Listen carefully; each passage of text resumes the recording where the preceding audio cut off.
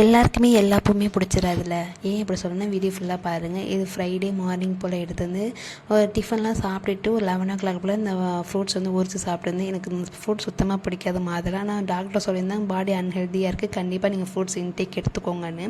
அதுக்காக இந்த ஃப்ரூட்ஸ் சாப்பிட்டுருந்தேன். அப்படி இருந்தும் வாய்க்கு சரியில்லை. ஒரு 2 போல் பச்சை பயிரெலாம் போட்டு கஞ்சி ரெடி பண்ணி சாப்பிட்டுருந்தேன். அதுவுமே வாய்க்கு ஒப்பலை.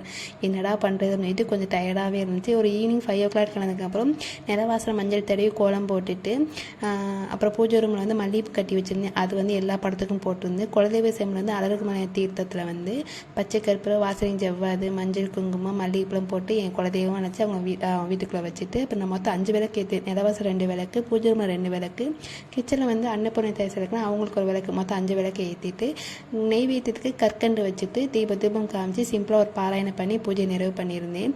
எதுக்காக சொன்னேன், நம்ம குலதெய்வத்துக்கு இந்த பூ தான் பிடிக்கும் சொல்கிறோம். ஆனால் நமக்கு என்ன பிடிக்கும்னு யாருக்குமே தெரிய மாட்டேது. என்ன கரெக்டாக இல்லையா?